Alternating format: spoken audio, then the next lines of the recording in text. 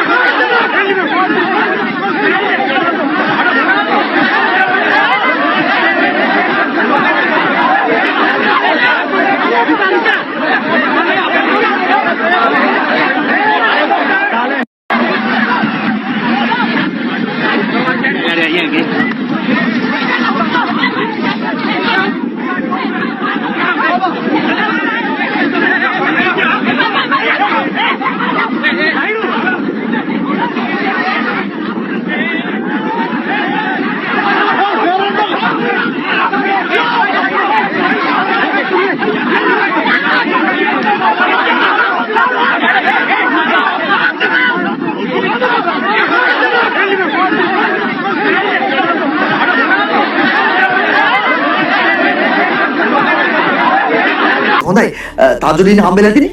ඔව්. යාළුවෙක්. ඒකට සෙල්ලම් කරලා තියෙනවා. ඒකට සෙල්ලම් කරලා. තාජුදීන්ගේ මේ මල්ලා අතර ආරෝල මොකද්ද? කිසිම ආරෝලයක් නැහැ. රාජපක්ෂගේ පාලන කාලය ඇතුළත සිදුවෙච්ච අඳුරු සිදුවීම් ජනවාරිය සලකන්නේ කළු ජනවාරියක් විදියට. ලසන්ත වික්‍රමතුංගගේ ඝාතනය. තාජුදීන්ට මොකද උනේ? කීත්වාට මොකද උනේ? උපාලිතෙන්න කොන්ට මොකද උනේ? පොද්දල ජයන්තට මොකද උනේ? එක්නැලිගොඩ තාම ඉන්නේ අතෝදහන් ලැයිස්තුවේ මරලාද නැද්ද කියන ගාන දන්නේ නැහැ. එතකොට එකම දේ තමයි තාජුදීන් ලසන්ත එක්නැලිගොඩ මේ විශේෂයෙන් මෙන්න මේ තුන පැහැදිලිව ඉලෙක්ෂන් වේදිකාවල අවුරුදු 15ක් තිස්සේ මේ කතා වෙනවා. එකම පරීක්ෂණ පවත්වන හැම කණ්ඩායමක්ම කියන්නේ මේ සෙට් එක මරලා තියෙන්නේ හෝ අතුරුදහන් කරලා තියෙන එකම විදියට එකම සෙට් එක එකම විදියට තමයි සාක්ෂි වසන් කරන්න ප්ලෑන් කරලා තියෙන්නේ. සමස්ත සිදුවීම් දාමය වෙන්නේ රාජපක්ෂගේ කාලය ඇතුළත. සුදුවෑන් ලසන්ත තාජුදීන් කීත්වයා උපාලිතෙන්න කෝන් පොද්දල ජයන්ත එක්නැලිගොඩ එකම ක්‍රමයක තමයි මේ ඔක්කොම වෙලා තියෙන්නේ. සමහරවිට ඔය කාරණා සම්බන්ධයෙන් 2015 ඉඳන් 20 වෙනකම් පරීක්ෂණ කටයුතු කෙරුවා. අද වර්තමාන ආණ්ඩුව තමන්ගේ මැතිවරණ වේදිකාවේ මේ පිළිබඳව කතා කරා පමණක් නෙවෙයි දැනුත් ලොකුවට කතිකාවතක් ගොඩනැගිලා මම දැක්ක නීතිපති දෙපාර්තමේන්තුවට පවා චෝදනාවක් නගලා තියෙනවා. මම මේ නීතිපති දෙපාර්තමේන්තුව නගන චෝදනාව සාධාරණයි කියලා මම විශ්වාස කරන්නේ නැහැ. හැබැයි අනිත් පැත්තෙන් මේ සම්බන්ධයෙන් රාජපක්ෂලට ඇඟිල්ල දික් කරලා අපේ පස්සේ යන අතරේ යම්කිසි වෙනත් හස්තයක් ක්‍රියාත්මක වෙනවද කියන කාරණේ ආණ්ඩුව හොයන්න ඕනේ. මොකද හස්තේ ඒක? මොකද ඒ පිළිබඳව ආණ්ඩුව හොයන්න ඕනේ. මොකද තේරෙන්නේ? අද සම්මුතිත අද මේ හැම එකක්ම කලින් මේ තීන්දුව කළ ඉවරයිනේ. මේක රාජපක්ෂලා කාලේ මේක අහවලා කියලා තීන්දුව කළා. ඒ තීන්දුවට පස්සේ සාක්ෂි රාජපක්ෂලා කාලේ වෙන්නේ ඒක තීන්දුව කාලේ නෑ. රාජපක්ෂලා කාලේ අනුරගේ කාලේ ඒ පිළිබඳව පරීක්ෂා කරන්න. ඒ පිළිබඳව පූර්ණ නිගමනයකට ඇවිල්ලා සම්මුතිත පූර්ණ නිගමනයකට ඇවිල්ලා එක්නැලිගොඩ අතුරුදහන් වෙන්න හේතු දෙකක් කියනවා. එකක් තමයි ඕගොල්ලන්ගේ පවුල ගැන ලියපු පොත පවුල් ගස. අනෙක් පැත්තේ ඒවකට හිටපු ඕගොල්ලන්ගේම කැබිනට් ඇමතිවරයෙක්ගේ පෞද්ගලික පවුල් ජීවිතයක් ගැන ලියපු මේ කාරණා. ඔය කාරණා දෙක අතර තමයි නෝල්නේ නෑනේ. පවුල් ගහන්න නැත්නම් ඕගොල්ලන්ගේ පවුලේ තරහ. ඒක පොතක් කියන දෙයක් අපි පිළිගන්න ඕනේ. පොතක් නෙවෙයි. ඉතින් පොතක් කියන මිනිස්සෙක් අපි තරහ වෙන්නේ නෙවෙයි. මේ පිටු 550 පාලියට පුළුවන්. ඕගොල්ලන්ගේ පවුල් ගහගෙන. ඉතින් තමයි ඇයි අපි තරහ වෙන්නේ මිනිස්සෙක් එක්ක? ඒක හංගන්න ඕන කාරණයක් නෙවෙයි. ඕගොල්ලන් කාලේ තුරු සුදුවෑන් සංස්කෘතිය මේ ඔක්කොම එන්නේ එකට රාජිත සේනානායක ඒක තමයි ඔය පුටේ වාඩ්ලම ඔහුගේ නඩුවෙන් නිදොස්කොට නිදහස් කිරීම කරන කිඹුල් කතාව. ආපු වෙලාව පැහැදිලිව කිව්ව එකෙන් අදහස් වෙන්නේ එක දෙයයි. ගෝඨාභය රාජපක්ෂ යටතේ අනීතික කණ්ඩායමක් වෙනම ඒ කියන්නේ හමුදාව මේ හරහම භාවිතා කළා ඝාතන කණ්ඩායමක් වශයෙන් අපි ගැන මාධ්‍යවේදියෙක් හෝ ආයතනයක් විවේචනය කිරීම සාමාන්‍ය දෙයක්. ඒක අදී ආපු කාරණයක් නෙවෙයි. අපේ කිසි කෙනෙක් එක්ක අපේ හිතේ කාටක් නැහැ. අපේ පවුල් ගහගෙන අමුතුවෙන් පොත් ලියන්න දෙයක් නැහැ. ඒකම මේ කියන්නේ අපේ පවුල් ගහගෙන ඕන කෙනෙක් දන්නවා. අපේ බාප්පා තාත්තා සීයාලගේ මල්ලේ අයියලා මල්ල දේශපාලනය කරා කියන එක මේ පොත් ලියලා විවේචනය කරන්න ඕන කාරණයක් නෙවෙයි. අමුතුවෙන් ලියන්න ඕනේ නැහැ කියන එක. අමුතුවෙන් ලියන්න ඕනේ නැහැ. සහ පානුක අපි කෙරෙහි චෝදනා නගපු තව කී දෙනෙක් ඉන්නවද? හැබැයි මම අහන්නේ ඒ කාරණා මත යැපිලා මේ පරීක්ෂණ කටයුතු වෙනත් මාර්ගයකට අරගෙන යන කුමන්ත්‍රණයක් යනවා. දැන් ඔබතුමා මේ ඝාතන වල ජයන්තගේ ප්‍රශ්න තියෙන්නේ මේව ඔප්පු කරන්න එපා. දැන් මේ ගොඩක් ඒවා පරණයි. ජනාධිපතිවරත් එක්ක කියනවා. අවුරුදු 15ක්. පොද්දර ජයන්තගේ ඇඳ ඉහපත් වාර්තාව. එව නැත්තම් බෙඩ් ටිකට් එක නෑ. ඒක අතුරුදහන් වෙලා. ඊළඟට මේ ලසන්තගේ කොළඹ අධිකරණ වෛද්‍ය මේ මෘත ශරීරාගාරයේ තිබුණු තාජුඩීන්ගේ අත්‍යවශ්‍යම අස්ථි කොටස් ටික නෑ. එතකොට දැන් මේක කෝ ලසන්තගේ දිනපොත සමහර ඒ පිළිබඳව ආණ්ඩුවට පුළුවන් පැහැදිලිවම පරීක්ෂණයක් කරන්න. හැබැයි මෙතන වැරද්ද මොකද්ද? මෙතන වැරද්ද මේ සියල්ලම පූර්ව නිගමනයකට ඇවිල්ලා දේශපාලනීකරණය ඔබතුමා ඒ කාරණේ පැහැදිලි. දැන් මොකක්ද දෙන්න මේකේ ප්‍රධානම සැකකරු දෙන්නෙක් පහනක. ඒවකට හිටපු කොළඹ DIG අනුරසේන නායක. ඔහු මිය ගිහිල්ලා මේකේ මේ විවෘත තීන්දුවක් දීලා දැඩි ප්‍රෙෂර් එකකින් වගේ විවෘත තීන්දුවක් දුන්නු තජුදීන්ගේ අධිකරණ වෛද්‍ය විශේෂඥ වෛද්‍ය මහාචාර්ය ආනන්ද සමසේකර. එයා මිය ගිහිල්ලා මේ එතකොට දැන් මිය ගිහිල්ලා තියෙන්නේ වෙනත් කාරණයක් මතද නැත්නම් නෑ ස්වාභාවික හේතු මත. නමුත් මං කියන්නේ එතකොට මේවා සම්මුදිත දැන් මේ කොන්ස්පිරසි තියරිනේ. දැන් මේකෙන් අවසානය මොකද්ද වෙන්නේ? යම් කිසි ඇත්ත වශයෙන්ම යම් සිදුවීමක් සිද්ධ වෙලා තියෙනවා නේද? යට ගැහෙන එක නෙමෙයි. දැන් ඔබතුමා දැන් මේ පෞගේ මෑත දවස් ටිකේම විශේෂ ආందోලන තුන ලසන්ත වික්‍රමතුංගගේ ඝාතනය සම්බන්ධයෙන් මාධ්‍යවේදී සංවිධානත් ගියා නීතිපති කාර්යාලයට ගිහිල්ලා මේ ඉල්ලීම කරා. විවිධ උත්තර තමයි ලැබුණේ. නීතිපතිවරයා සම්බන්ධයෙන් ප්‍රකාශනයකුත් වෙන්නේ ඊට පස්සේ. මම අහන්නේ ඔබතුමා මේ යුක්තියක් ඉටු වෙන්න ඕනේ නැද්ද? සාධාරණ ඉටු වෙන්න ඕනේ නැද්ද? මේ ඝාතන වලට මේ සම්බන්ධ වෙච්ච අය එළිදරව් කරන්න ඕනේ නැද්ද? ඒක බලාපොරොත්තු වෙන්නේ මොන ආණ්ඩුවකින්ද? නෑ පැහැදිලිවම ඔබතුමාලගේ ආණ්ඩුවකින් බලාපොරොත්තු වෙන්න පුළුවන්ද? ඒක පූර්ව නිගමනයකට ඇවිල්ලා Taman හිතන් ඉන්න හෝ Tamanට දේශපාලන වාසියක් ලබා ගන්න හෝ Tamanට වෙනත් දේශපාලනික වශයෙන් යම් මාවතකට මේක ඇදගෙන යන්න පරීක්ෂණ කටයුතු කෙරුවොත් කවදාවත් පූර්ව නිගමනයක් නෙමෙයිනේ මන්ත්‍රීතුමා දැන් මේ නීතිපති දෙපාර්තමේන්තුව නම් කරව පුද්ගලයන් 3 දෙනා නීතිපති දෙපාර්තමේන්තුව පැහැදිලි කරනවා මේක මේ ලසන්ත ඝාතනයට සම්බන්ධයි නෙමෙයි මේක ඇවිල්ලා ලසන්තගේ රේදුරා මේ පැරගෙනම සම්බන්ධයි පැමිණිල්ල දාලා තියෙන 2015 ඔව් හරි ඒක හරි පැමිණිල්ල දාන්නේ ඉතින් මේ ඝාතනයට සාතර දෙන්නේ 2009 මේ රේදුරාගේ 2015 ඒක හරි 12 සිදුවීම වෙලා තියෙනවා මතන හරි දැන් මේ සිද්ධිය බලන්නකෝ DIG ප්‍රසන්න නානායක්කාර කියනවා මේවා ලියලා හොයන්න ගිහිල්ලා මරුන් කන්නද හදන්නේ. තමුසෙට ලසන්තර වෙච්ච දේ තමයි වෙන්නේ. තමුසෙ ළමයි ඉන්නව නේද? අරුන්ගෙන් මරුන් කන්න නැතුව තමුසෙගේ සටහන් නෝට් පොත මට දීපන්. මේ මූලික විමර්ශනය කරපු SI තිස්සසිරි සුගතපාලට DIG ප්‍රසන්න නානායක්කාර කියන්නේ. එතකොට දැන් මේවා විහිළු නෙමෙයිනේ. එතකොට කවුද මේ අරුන්ගෙන් මරුන් කන්න නැතුව? කවුද මේ අරුන් කියන්නේ? මේ හොයන්න ඕනේ නැද්ද? ඔබේ පවුල් ටාගට් කරලා නැහැ නේද? නෑ පැහැදිලිව අරුන් කියන්නේ කවුද? ඒ පිළිබඳව හොයන්න ඕනේ. බලේ තිබුණේ ඕගලන්ට ඒකයි අහන්නේ. බලේ තිබ්බේ පරිවට එක පුද්ගලයෙකු ඉලක්ක කරගෙන පරීක්ෂණ කටයුතු ඒ පැත්තට ගෙනියන්න උත්සාහ කරනවා නම් අර රාජ්‍යමත්තුමාම කියන කතාවක් තියෙනවනේ පිට්පොකට්කාරයේ. රාජ්‍යමත්තුමාම ප්‍රසිද්ධ කියපු කතාවක්. පිට්පොකට්කාරයා පිට්පොකට් එක ගහලා ඉස්සෙල්ලම දුවන්නේ පිට්පොකට්කාරයා. දුවලා කියනවා අන්න හොරෙක් දුවනවා කියලා පිට්පොකට් එක ගහපු එක දුවනවා. අනිත් සේරෝ පිට්පොකට්කාරයා පස්සේ දුවනවා. ඉතින් ඒ වගේ මේකේ සම්බන්ධය මොකද? තමයි මේකේ නෑ පිට්පොකට් තමයි මේකයි. පරීක්ෂණ කටයුතු කළ යුතුයි සමහර දේශපාලන පක්ෂවල සන්නද්ධ පිට්පොකට් කාර්ය කවුද? මේ හොරා දුවන්නේ කවුද? මට තේරුන්නේ නැහැ. සන්නද්ධ හමුදා හිටපු දේශපාලන බලවේගයක් තියෙනවා. ඒ හින්දා කරුණා කරලා මේ සන්නද්ධ බලකායවල තිබෙන දේශපාලන පක්ෂ තියෙනවා අපේ රටේ. ඒ හින්දා මේ ආණ්ඩුව පැහැදිලිවම මේ පිළිබඳව පරීක්ෂණයක් කළ යුතුයි. ඒ පරීක්ෂණය හමුදාතුන් දේශපාලන පක්ෂ මොකද මට තේරෙන්නේ පරීක්ෂණය ඔබ කියන්නෙත් නෑ මේ පරීක්ෂණය ක්‍රියාත්මක වෙන්න ඕනේ නිර්පාක්ෂිකව. අපි 3 දෙනා ඉන්න ඕන ඔබ හැරෙනව hina වෙන විට තේරුම් ගන්නද එහෙමද? අපි ඉන්න ඕන. ඔබ hina වෙනකොට මේක වෙන්නේ නැති කියන්නේ නැත්තේ එහෙමද අපි? මේ වර්තමාන ආණ්ඩුව අමූලික බොරු කියලා බලයට නෑ එහෙම කියන්න බෑනේ අමූලික බොරු කතා මේ නීතිපති දෙපාර්තමේන්තුව නම් කරපු පුද්ගලෝ එක්කෙනෙක් DIG ප්‍රසන්න ආරය අනිත් එකන ප්‍රේමානන්ද උදලාගම. ඔව් තමයි හමුදා විද්‍යාශයේ හිට මාණ්ඩික සැරයන්වරයා. ඔව් තමයි ලසන්තගේ රෙදුරු තර්ජනය කරා කියලා. අත්තරවල පත්‍ර 2016 ජූලි 16 වෙනිදා හඳුනාගෙන පෙරට්ටිට හඳුනා ගන්නවා. හොඳම කාරණා මොකක්ද දන්නවද? උපාලි දෙන්න කෝන්ට පාර දීමේ සිද්ධියේදී හඳුනාගෙන පෙරට්ටුවේ ඉන්නේ මේ ප්‍රේමානන්ද උදලාගම්මයි. එකම තැනකින් එකම සිස්ටම් එකකට මේ සියල්ලම සිදු වෙන්නේ.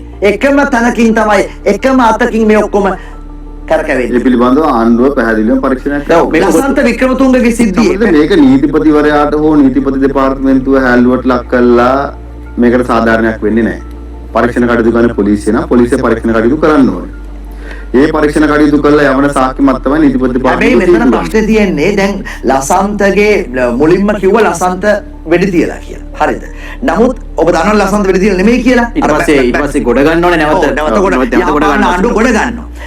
මේ අර බැටළුවන් මරන්න පාවිච්චි කරපු විශේෂ අර මොකද්ද මේ බෝල්ට් ගන්න එකක් තමයි පාවිච්චි කළේ කියලා තමයි කියන්නේ.